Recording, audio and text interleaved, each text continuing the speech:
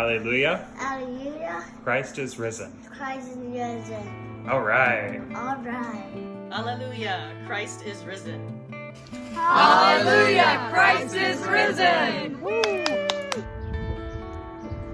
Hallelujah, Christ is risen. Hallelujah, Christ is risen. 3, 2, 1. Hallelujah. Christ is risen.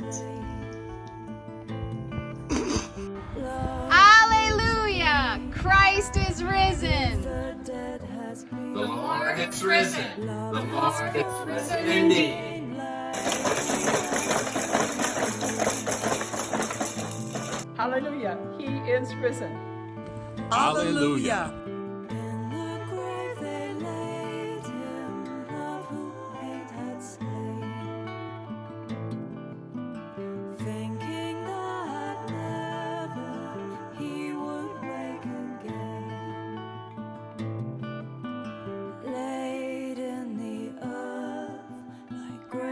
Sleeps unseen. Love has come again, like weed that springeth green.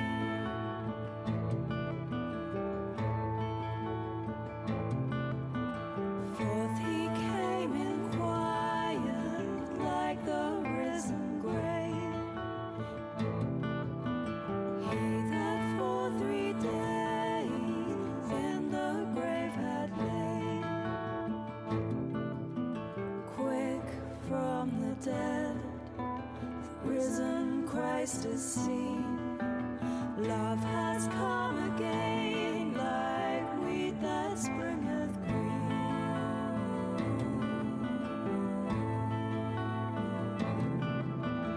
When our hearts are wintry, grieving or in pain, Christ's touch can call us back to life again. Fields of our hearts, dead and bare have been. Love has come again, like weed that springs. In the name of the one holy and living God. Amen. Do not be afraid. Do not be afraid. These are the first words that the angel says to the 2 women in the Easter Gospel reading from Matthew. But here's the thing. I seriously doubt that the angel saying to them, "Do not be afraid," actually made them stop being afraid. According to the Gospel of text, when the angel of the Lord came down from heaven to roll the stone away, there was a great earthquake. For fear of the angel, the men guarding the tomb shook and fell down as though they were dead. But then the angel walks over to the 2 women and casually says, "Do not be afraid." This is, of course, not how fear works. Sure, no problem, angel. I'm not afraid anymore. Let me just turn off my fear real quick. The angel knows that the women are afraid. He's not ordering them to stop it. He's telling them it's going to be all right. 2 passed out guards, 2 frightened women, and 1 angel. These are the witnesses to the resurrection, though I guess since the guards were passed out, they don't really count. The women, these apostles to the apostles, these messengers to those who would be the messengers of God, hear the message, hear the gospel. Jesus is not here. He has been raised. They run to tell the other disciples, but they are intercepted by the resurrected Christ himself, who greets them. They fall down at his feet and worship him, and then he sends them on their mission. When did they stop being afraid? Did they stop being afraid?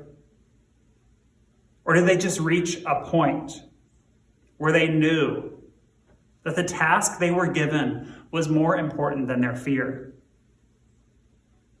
This is an Easter like no other I've experienced. I keep saying that.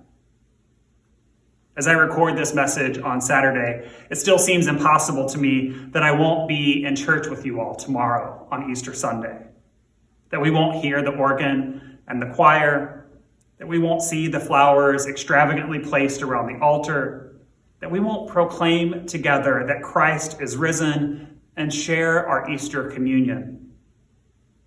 Instead, we are in our homes in an act of self-preservation and in an act of solidarity with those who are at risk. We are isolated in groups of 1 or 2 or 3, maybe a few more if you live in a crazy house like mine. But we aren't gathered in a large group. We aren't gathered as the whole body of the faithful, seeing each other and offering one another the sign of Christ's peace. In a sense, as many have observed, this Easter is in some ways like the first Easter. The disciples were scattered, Jesus' closest followers hiding out in small groups all around the city and region for fear of their lives. And they were waiting to see what would happen next, waiting to see what the world would be like. They didn't know the end of the story as we know it, at least not until those 2 women burst through the door and told them, he is risen. Those 3 words that change everything. Jesus, for his part, has already gone ahead of them to their next mission field. He has called them again, as he called them at the beginning, and he is waiting for them in Galilee again. The disciples will eventually get up, shake off their fear, or at least work through their fear, and go join him so that they can be launched into the unknown future, into the unclear but irresistible call of resurrection, of life, fully realized in Jesus. Maybe that is where we are too. As we sit in our homes out of concern for ourselves and out of care for our neighbors, we can start to get ourselves ready for that moment when someone bursts through the door, hopefully figuratively, and calls us to what is to come, who calls us, who tells us where Jesus is waiting for us so that we can go meet him and share in his work of resurrection. My friends, we have no idea what this tired old world is going to look like in a month or 2 months or 6 months. We have no idea what that call will sound like. Maybe we'll all be back to normal, whatever that means. Maybe we'll be moving toward a new normal, whatever that means. But we do know this. Christ is out there in the next mission field, the next Galilee. Christ is out there among the hurting, among the lost, among the confused, among the poor, among the forgotten, waiting for us to shake off our fear and come and join in the work. We also know this. Christ will meet us on the way, as he met the women, to assure us that he is with us, to assure us that the resurrection is real, to assure us that the power that love has over the principalities of this world is real, to assure us that he still knows our name, still loves us, has not forgotten us. Though it is Easter Day, our society is still in the tomb, and maybe for a while. And as I've said before, we can't rush through the pain. We can't rush through the heartache. We can't rush through the death that so many are experiencing. But we know that we are people of resurrection. We are people who believe that love is stronger than death. We are people who know that Jesus lives. We are people who know that he is risen indeed. So get ready, because Jesus is calling us, and there is work to do.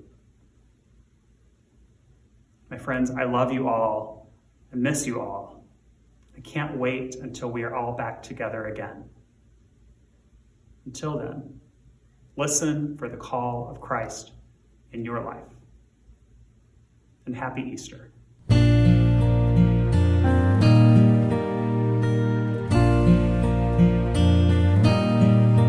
The strife is o'er, the battle done, the victory of life is won.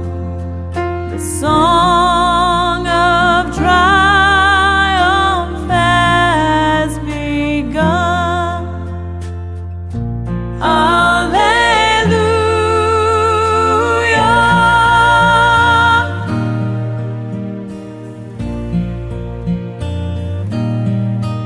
The powers of death have done their worst, but Christ their legions has dispersed.